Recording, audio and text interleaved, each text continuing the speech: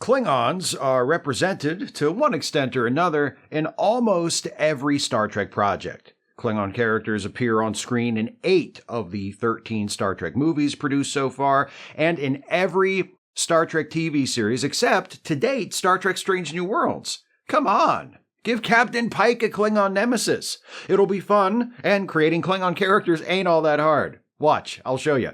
His name is Kokoth, and he's the commander of a rogue battle cruiser. He and his crew have been disowned by the Klingon Empire for dishonorable conduct, and now they earn their living as wandering space pirates, attacking and looting vulnerable ships and bases with valuable cargo. Kokoth encounters Pike for the first time when the Enterprise arrives to defend a ship he's attacking, and after that, Kokoth is so impressed by Pike's skill and courage in battle that he becomes obsessed with facing and defeating Pike in battle, which can be the motivation for future encounters. There, producers of Strange New Worlds, you can have that. Take it or leave it. Do whatever you want with it. Just show me the Klingons! After how much attention Klingons got in Star Trek The Next Generation, we might have expected its spin-off, Deep Space Nine, to carry on in that direction, but for the first few seasons, it didn't really. Which fits the overall approach taken by the creative team of DS9, particularly in those early years. They wanted to do another Star Trek show, yes, but a different Star Trek show. The producers of Deep Space Nine weren't interested in just redoing TNG. They left that to the producers of Voyager. Oh! Klingon characters appear a handful of times throughout seasons 1, 2, and 3 of Deep Space Nine, but they aren't all that important. There are exceptions to this, and I'll get around to those, but apart from those exceptions, Klingons don't become a regular and meaningful presence on the show until season 4, when this guy shows up. Yeah! Who's the most important Klingon character on Deep Space Nine? Worf! Who's also the most important Klingon character on TNG. No points for originality. Always good to see Michael Dorn, though. And to be fair, the decision to add Worf to the show was initially a commercial one, motivated by demands from studio executives who were unhappy that DS9's ratings weren't as high as TNG's had been. And to the credit of the writers of Deep Space Nine, they took what could easily have been a disaster, airdropping in a beloved regular from a more popular series, and made it work. Sure, Worf's introduction was a little shaky. His first show, the feature-length The Way of the Warrior, is memorable for broadening the scope and amplifying the spectacle beyond those of a typical episode, but otherwise it's nothing special. A competently executed bit of housekeeping to maneuver Worf into the series, and for several episodes after that, Worf doesn't really have much to do. He gets a few lines. He's mostly just kind of there. But once the writers figure out what to do with Worf, once they transition him into being a Deep Space Nine character rather than the guy from TNG, the series becomes very much the better for it. The first significant development in that transition process takes place in episode 7 of DS9's 4th season, Starship Down.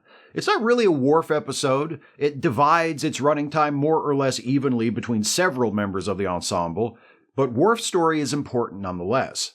The Defiant is badly damaged during an encounter with the Jem'Hadar and is pursued into the atmosphere of a gas giant.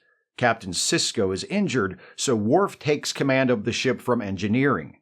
He comes on a little strong at first, ordering Chief O'Brien's team around like he's some superior officer taking charge during a crisis situation or something.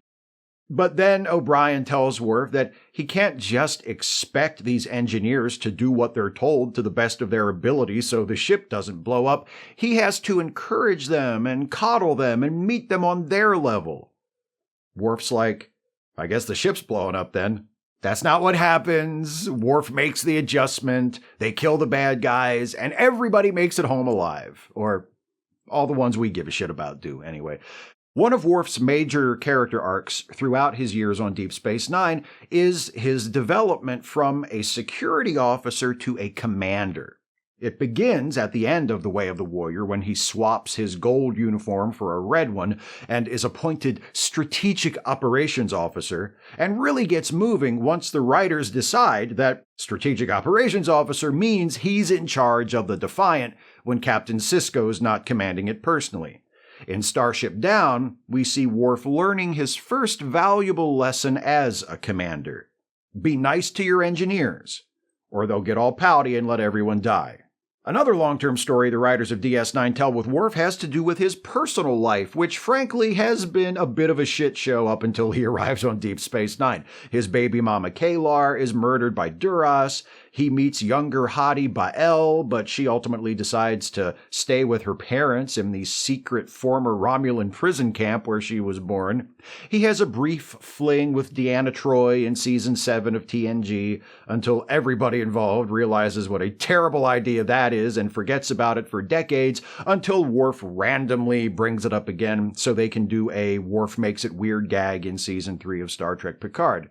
But on Deep Space Nine, the dumpster fire of Worf's romantic experience is extinguished and he finds true love at last with Jadzia Dax. They fall in love, have wild, physically injurious sex, get married, and live happily ever after until the end of Season 6. And the Worf's career and Worf's love life story threads intersect in Season 6's Change of Heart, where Worf and Dax are sent on a mission to meet a Cardassian operative who carries information that could be crucial for the Federation's war effort against the Dominion. Dax is injured in a shootout with some Jem'Hadar, and Worf is faced with the choice of leaving her behind, probably to die, and completing the mission, or abandoning the mission and getting Dax to a starbase for medical treatment as soon as possible. At first, Worf makes the selfless decision a Starfleet officer is trained to make. He says goodbye to Dax and takes off through the jungle to meet with the operative and get that important intelligence. But along the way, Worf has second thoughts. He decides, you know what? To hell with everybody else. I'm not letting my wife die. Goes back and gets Dax out of there. Starfleet is pissed because the intelligence Worf was supposed to get could have saved millions of lives. Captain Sisko tells Worf that because of his actions, his ascent through the ranks of Starfleet is probably over. He'll never be promoted to captain. But off the record, Sisko's like, I get it. I would have done the same thing for my wife Jennifer if I'd had the chance, which I didn't because Captain Picard murdered her when he was Locutus. But you know what? I'm over it. I should have strangled that grape-stomping, bullet-headed bastard when I had the chance, but I didn't, and I'm fine with it. Anyway, you're in a lot of trouble. Not all of Worf's character development on Deep Space Nine takes the form of forward movement. There's a bit of temporary regression, too. When the Klingons dissolve their peace treaty with the Federation at the beginning of Season 4, Worf chooses to side with the Federation, believing the Klingons are acting dishonorably. So Chancellor Gowron is like, oh, really? Well, dishonor right back at you, buddy, and strips Worf of his honor, leaving him in an outcast state similar to the discommendation he suffered back in Season 3 of TNG. Only this time, Worf's loss of honor affects not only himself, but his entire family. We see the consequences of this when his brother Kurn drops by Deep Space Nine for a visit in the 4th season episode Sons of Mog. Some flirty fighting with Dax in the holosuite is interrupted by the arrival of Worf's brother Kurn, played, of course, by the great Tony Todd, never an unwelcome presence on my TV screen. Kurn's a little drunk and a little bitter, what with Worf's decision to side with the Federation, resulting in the complete social and financial destruction of their family. Worf's like, where have you been? I've been trying to get a hold of you for months. Kurn says, me? Oh, I've been getting publicly expelled from my position on the Klingon High Council and losing all my money and land and social status and just generally watching my whole life go to shit. You couldn't pick up a phone? Kurn cuts to the chase. He says to Worf, hey, I want you to kill me. Because thanks to you and your Federation-loving bullshit, it's the only way I can die an honorable death. Worf says, oh, okay. And that night they put on their assisted suicide clothes and Worf grabs his assisted suicide knife and Worf's like, bye. And Kurn's like, bye. And Worf stabs him in the chest. Wow, short episode. Except, right when Worf buries that knife in his brother, Dax and Odo burst in. They became suspicious that something was up when they heard Worf bought some suicide incense earlier that day. Kurn is beamed to the infirmary, and Worf gets sent to the principal's office. Sisko is pissed, but Worf is like, okay, yes, I attempted to murder my brother, but in my defense, he really wanted me to. Dax steps in to assure Sisko that it'll never happen again, and he kicks them out of his office. Kurn wakes up, not thrilled to be alive. Worf tells him, bad news, Captain Sisko says I'm not allowed to kill you. Trying to help him put his life back together, Worf gets Kurn a job on Odo's security force. That goes okay for a little while, but then Kurn suffers another serious injury when he gets shot after a confrontation with a freighter captain who was smuggling contraband. Odo tells Worf that Kurn is fired from the security team because he intentionally allowed the freighter captain to shoot him. Worf's like, stop trying to die! You're making me look bad! Kurn promises to behave, but he obviously ain't happy. But then, fate provides an opportunity for redemption. After towing a damaged Klingon ship back to the station, the crew worries that the Klingons have been secretly deploying cloaked mines in the area, which would be bad news for Deep Space Nine and Bajor if hostilities escalate between the Federation and the Klingons. So they come up with a plan. Worf and Kurn will disguise themselves and sneak aboard the damaged Klingon ship to look for information about where cloaked mines might be located.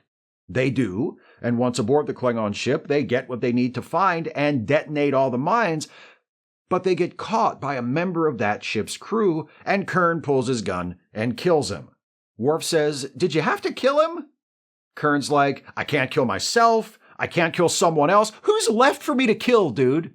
Later, Worf talks over the Kurn situation with Dax. He feels bad because Worf is persona non grata in the Klingon Empire too, but he has Starfleet. Kurn doesn't have anything. He can't have a satisfying life. He can't have an honorable death. It just kind of sucks. Then Dax says, maybe there's a solution to this problem. I just got an absolutely bonkers idea that I'm sure everyone who will need to be involved will totally go along with. Here's Dax's idea, which, again, everyone involved with goes along while putting up little or no resistance. Worf gets Kurn blackout drunk and takes him to sickbay, where Dr. Bashir, without Kurn's knowledge or consent, performs cosmetic surgery, alters Kurn's DNA, and erases his memory. Bashir says, are you sure you want to do this? To Worf, not to the guy who's getting his face rearranged and his brain reset to factory default. Worf says, yeah, do it. So Bashir does it. Then this old guy, Nagra, a friend of Worf and Kurn's father, comes in when Kurn wakes up and tells Kurn, hey, your name is Rodek. You're my son. There was an accident and you lost all your memories. Now come home with me and don't ask any goddamn questions. So Kurn, now Rodek, is walking out with his new dad. He stops when he passes Worf and says, who are you? Are you part of my family too? And Worf says, nah, man, not me. I have no family. Nice knowing you, Kurn. Not all of the Worf-related developments on Deep Space Nine are so depressing. I mean, they already had one, Chief O'Brien. Sure, we see Worf bid a melancholy and kind of nutty farewell to Kurn, but Worf is also the conduit through which we are introduced to one of the most popular recurring characters on the series, the character quite a few fans consider their favorite Klingon, period. This guy, Martok. Played by J.G. Hertzler, one of the most prolific guest actors in the history of the Star Trek franchise, General Martok is, to many Trekkies, the quintessential Klingon. Grizzled, gruff, occasionally eloquent, albeit in a decidedly unpolished way.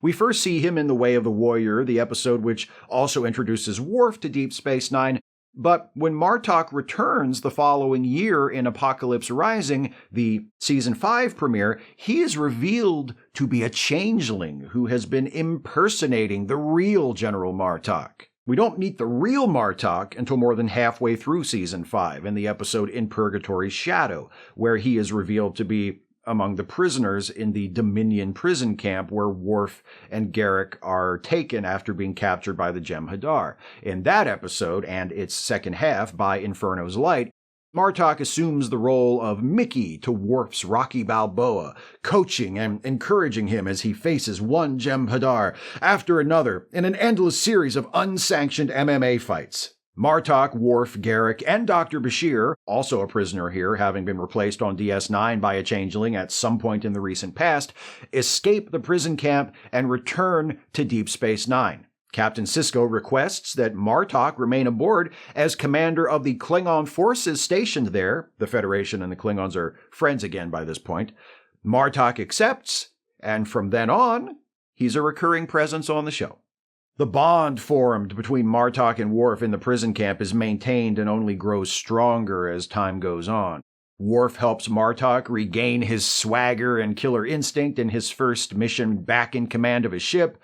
Martok invites Worf, officially a lone wolf following the dissolution of the House of Mog and the blind spotification of Kurn, to join his family, making Worf a brother of the House of Martok. Martok tries to help when Worf's disappointing son Alexander shows up as a recruit aboard his Klingon flagship the Rataran in the Season 6 episode Sons and Daughters. He gives Worf some solid parental advice, like stand back and let the other crew members smack him around a little. It'll be good for the kid. He also offers guidance to Alexander, telling him, stop being such a loser. Words to live by.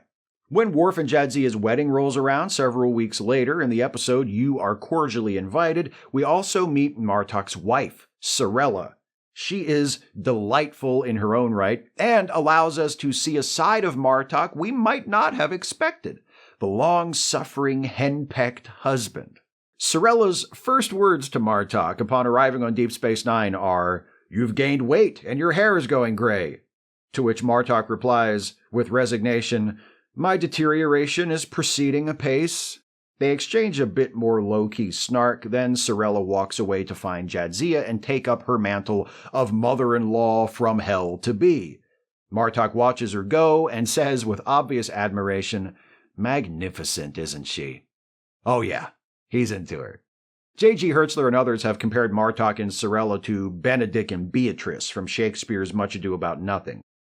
Seems apt. Like Benedict and Beatrice, there's clearly real affection and attraction behind the taunts and snipes Martok and Sirella throw at each other, or more precisely, which Sirella throws and Martok absorbs, mostly without protest. Plus, we know how much Star Trek loves a Shakespeare reference. Later on, in You Are Cordially Invited, when Worf and Jadzia have called off the wedding, a legally mandated part of every wedding episode, Martok goes to Worf to convince him to talk to Jadzia and go ahead with the wedding. Martok tells Worf about his own marriage, describes Sirella as prideful, arrogant, and mercurial, says she is nothing like the woman he imagined he would marry, and yet he loves her deeply, as Worf loves Jadzia. What good are things like honor, victory, and glory to someone who is alone in his home and his heart? Martok asks. Martok's friendship with Worf is among the most satisfying and entertaining elements of Deep Space Nine's final seasons. It's good for both characters in terms of their dramatic development and their status within the fiction.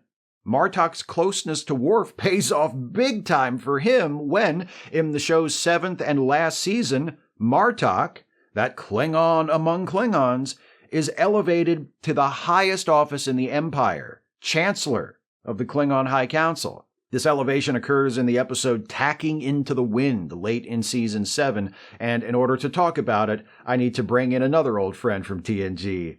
Hey! Crazy Eyes Killer rides again! Gowron actually appears in almost twice as many episodes of DS9 than he did of TNG. He's in 4 TNG episodes and 7 DS9 episodes, or 8 if you include the clip of him that's part of the montage in the series finale. His first, and maybe his best, Deep Space Nine appearance comes in Season 3's The House of Quark, but I'm going to talk about that episode a little bit later, so hold that thought for now. Gowron returns to DS9 in Season 4's The Way of the Warrior, where, on the advice of Martok's changeling replacement, he launches a Klingon invasion of Cardassia, ending the alliance with the Federation when Starfleet refuses to back him up. He tells Sisko, "You have sided against us in battle. This we do not forgive or forget." Then, in Season 5, after the Martok changeling is exposed and killed, and Cardassia joins the Dominion, Gowron's like, "Let's forgive and forget, what do you say?" Alas, while the renewed alliance between the Federation and the Klingon Empire proves essential to defeating the Dominion in the war that follows, Gowron himself doesn't fare so well. He grows increasingly jealous of General Martok's rising popularity, ultimately ordering Martok to lead what amounts to a suicide mission against a heavily fortified Cardassian base. Martok and others object. Gowron responds by basically calling Martok a scared little wussy, and Worf stands up and challenges Gowron to a duel on the grounds that he is no longer fit to lead the Empire. So they fight, and Worf wins. When he kills Gowron. Worf kills Gowron. I've never been so upset to see Worf kill somebody before, but I still get a little sore at him when I see him killing Gowron. Really, Worf? I'm not saying you should have thrown the fight. You had to win, I get it. But you didn't have to kill the dude. Didn't you ever see Karate Kid Part 2? Honk his nose, man. That's fucking Gowron. I mean, I need a minute. After killing Gowron, Worf is declared the new Chancellor. But Worf was like, "Oh, no, not it. I don't even live in the Klingon Empire. How nuts is it that this is how our government works? Let's make Martok the Chancellor instead." Martok reluctantly accepts and is hailed as the new leader of the Empire. A few episodes later comes my favorite Martok moment, which I know I've mentioned before in a previous video. It's the scene where Sisko, Admiral Ross, and Martok are standing on the surface of Cardassia after the war has been won, and Martok wants to drink to their victory. Sisko and Ross feel like it's wrong to celebrate after all the death and destruction the Dominion brought to Cardassia. But Martok is like, "Hey, they started this war, and what they got wasn't any worse than what they did to the Bajarans back in the day, so fuck 'em." And he takes a drink. And good for him. Martok's not quite my favorite Klingon personally, but I get it. There's another notable Klingon character, also a face from Star Trek's past, and also a favorite of many, who crosses paths with both Worf and Martok during Deep Space Nine's run. Kor! The first Klingon character of any significance to appear in Star Trek. 27 years after his first appearance in the Star Trek The Original Series episode Errand of Mercy, John Colicos reprised the role of Kor, complete with a new makeup job more fitting to the then-current era of the Trek franchise, in the second season DS9 episode Blood Oath. Kor is joined by two other classic Trek alumni, Koloth, played once again by William Campbell, and Kang, played once again by Michael Ansara. It turns out the three of them, the three most important Klingons to appear in Star Trek The Original Series, not only know each other, they're best friends! Wow! Small galaxy, huh? Small galaxy. With like 50 people living in it. Well, 48. After Blood Oath, Koloth and Kang don't make it. But Kor does. And he returns to Deep Space Nine in Season 4 to guest star in one of my favorite episodes, The Sword of Kahless, where he embarks on another quest. This one isn't about revenge, like the mission to kill the albino in Blood Oath. This one is some straight-up Indiana Jones shit, where Kor teams up with Worf and Dax to search for a legendary artifact, the first Batleth, forged by Kahless the Unforgettable himself, a priceless piece of Klingon history that has been lost for centuries after being looted by the Herc who invaded the Klingon homeworld. Starting with a related artifact, the Shroud of the Sword, which Kor was given by a member of a Vulcan geological survey, they track the sword to a planet in the Gamma Quadrant that is home to the ruins of a Herc museum. The Herc themselves are now extinct, but they left the security system on, so getting in there takes some doing. Eventually, Dax gains access to a secret chamber in the museum by doing that thing where you use a tricorder to broadcast fake life signs to trick a scanner into thinking you're someone you're not. Who hasn't done that? And they find the Sword of Kahless. On their way back to the ship, they run into trouble in the form of a gang led by Toral. He's another familiar face. Well, kind of. We've seen the character before, but here he's played by a different actor. Toral is the son of Duras. He's the whiny little twerp, or as Gowron called him, the impudent wretch, who challenged Gowron's claim to be Chancellor of the High Council back in season 4 of TNG. Now he's all grown up, and he wants that sword, hoping to use the fame and adulation associated with recovering it to attempt another takeover of the High Council. Kor, Worf, and Dax manage to get away from Toral's gang and flee into the caves surrounding the old museum, but before they do, Toral reminds Worf of how he spared Toral's life the last time they saw each other, rather than claim the right of vengeance to which he was entitled. Kor's not happy when he hears that. After they've made their escape from Toral, Kor's like, "Worf, you mean you had the chance to kill that guy a few years ago and you turned it down? What kind of Klingon even are you?" Worf's like, "Ease off, Gramps. I killed his father because his father had actually done me some wrong. Back then, the kid was a pawn of his wicked aunts, Lursa and B'Etor. He hadn't actually harmed me." And Kor says, "You had the chance to kill an innocent teenager and you turned it down? What kind of Klingon even are you?" That tension between Worf and Kor only grows as the story unfolds, seemingly exacerbated by the corrupting influence of the sword.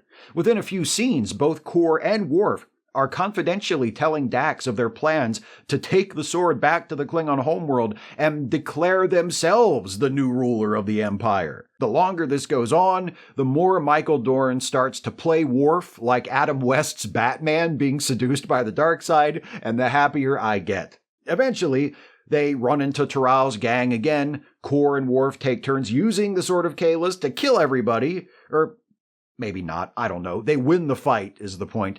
Then, Dax knocks them both out with phaser blasts before they can kill each other, and the three of them return to their runabout, where they decide it's better to beam the Sword of Kahless into outer space rather than allow the jealousy and megalomaniacal ambition it apparently inspires to destroy them. A very mature decision.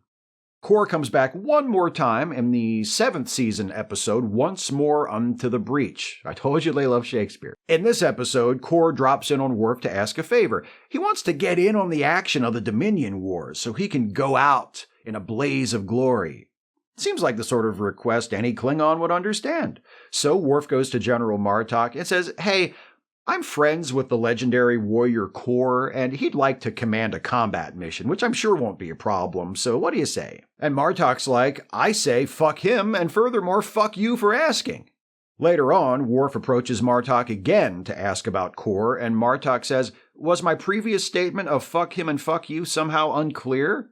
Worf asks why Martok hates Kor so much, so Martok explains. Since he comes from a humble family with no noble heritage, he needed the approval of an oversight council before he could become an officer in the Imperial fleet.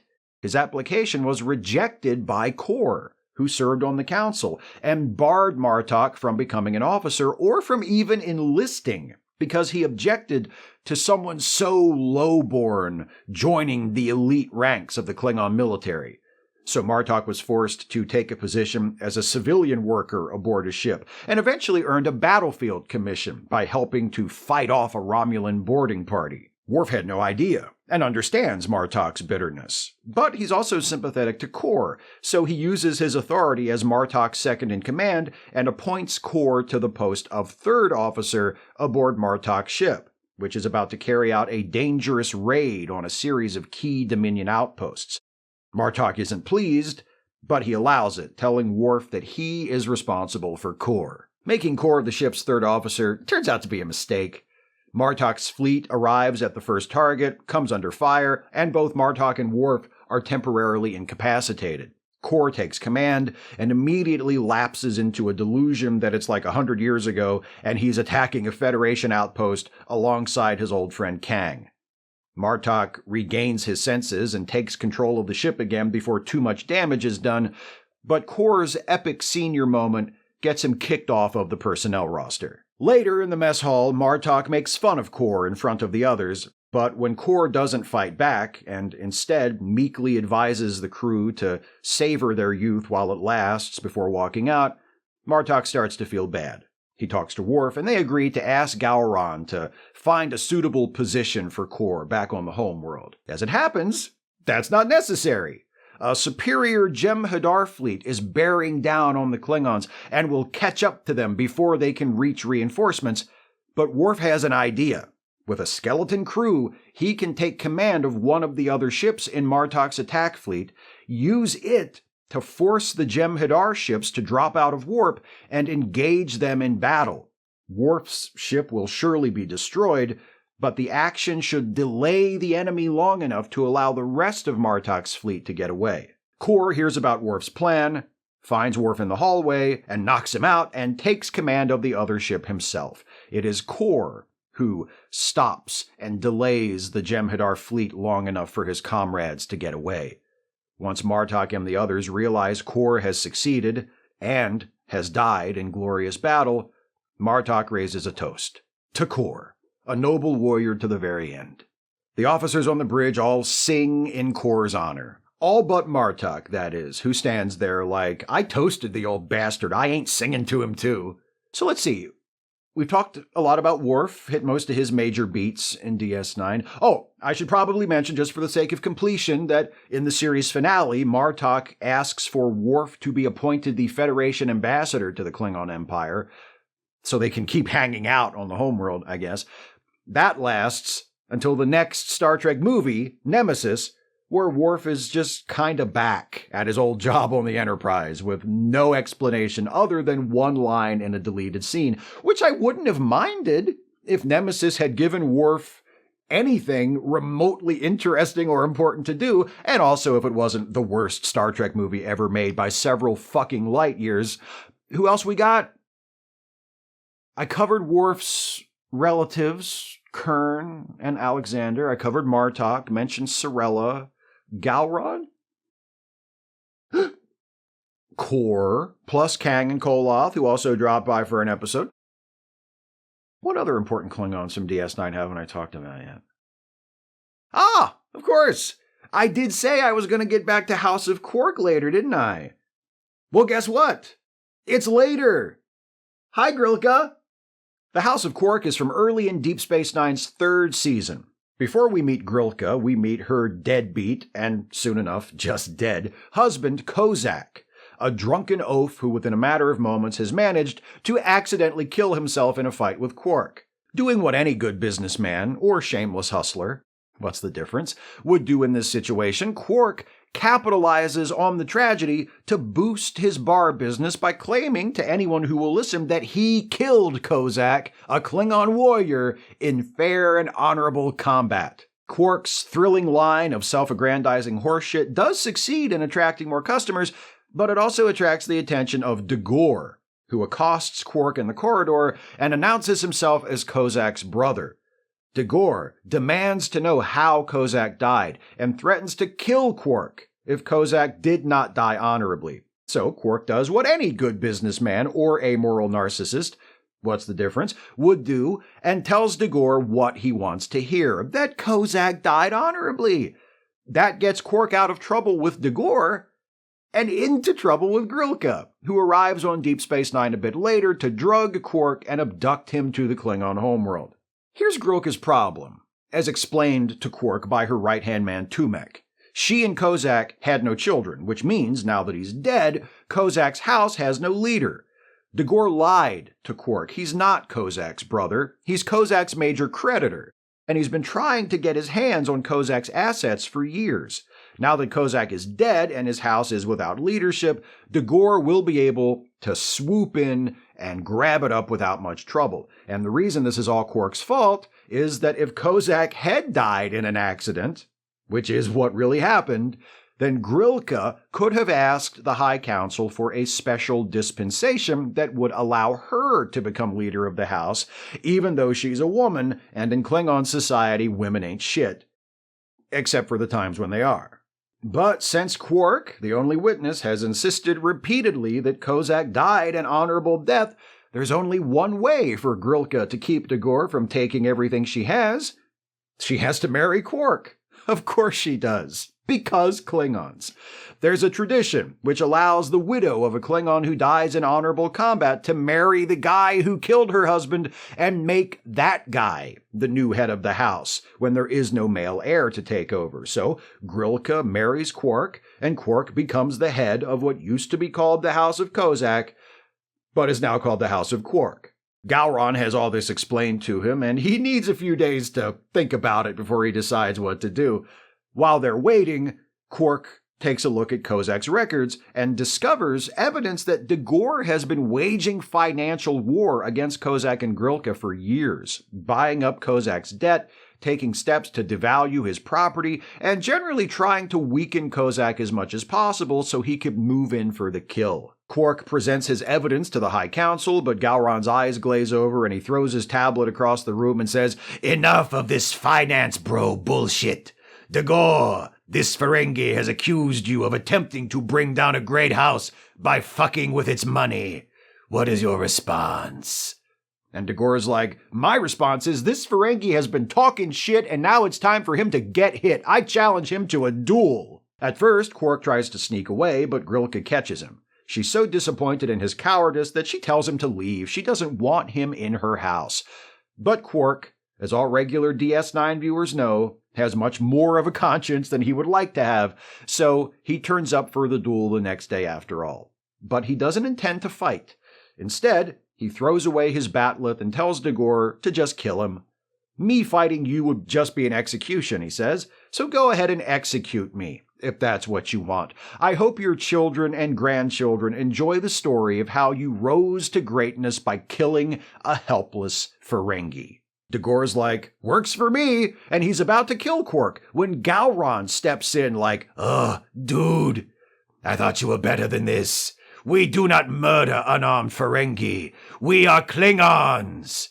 We murder unarmed teenagers for the crimes of their relatives." And then he does the Wakanda Forever thing and turns his back to signify that Dagor is no longer a member of the Klingon Club. Gowron grants Grilka her special dispensation, meaning she can lead her house without needing no man to do it for her. Grilka asks Quark what he wants in return for giving her back her house, and Quark's like, "1 divorce, please." So Grilka gives him the Klingon divorce, which consists of slapping the shit out of him, saying some made-up nonsense, and spitting on him. Nice to see an amicable divorce on TV for once. Very amicable, actually. Grilka lays a smooch on Quark before he leaves. I think they like each other. In fact, I know they do. Grilka returns to Deep Space Nine in the Season 5 episode looking for Parmok in all the wrong places, where it is quite apparent that she and Quark are super into each other. They're so into each other that at least 3 people get pissed off as a result of how into each other Grilka and Quark are. Grilka's bodyguard, Thopak, who is pissed that Grilka is hot for a Ferengi, Worf, who is hot for Grilka and therefore is also pissed that Grilka is hot for a Ferengi, and Dax, who is pissed Worf isn't hot for her. Fortunately, everything works out. Quark defeats Thopak in combat thanks to a bit of tech that allows Worf to control his movements remotely, like Cyrano de Bergerac, only with fighting. Quark and Grilka have sex. Worf finally notices Dax panting after him and goes, "Hey, you're not so bad yourself," and they have sex. And Dr. Bashir gets to be made uncomfortable by both couples when they show up at the infirmary seeking treatment for their coitus-related injuries. Hooray for sex that you have to go to the hospital after! I definitely get why Quark and initially Worf are so into Grilka. She's beautiful, sure. Mary Kay Adams looks good even with a bunch of foam rubber glued to her face. But she's also a badass. She stands up to the backwards patriarchal structure of her society. She divorces husbands with electrifying violence. What's not to like? She's a little bit like Kalar, in that she's a strong-willed, determined woman in a male-dominated culture whose function in her story is, at least in part, to call bullshit on that culture. But unlike Kalar, who has made a life for herself outside the Klingon Empire, Grilka is stuck in the middle of it, subject to its arcane, anachronistic, and often unjust system, and forced to make a place for herself nonetheless, which she does. And she also fucks Quark until he breaks.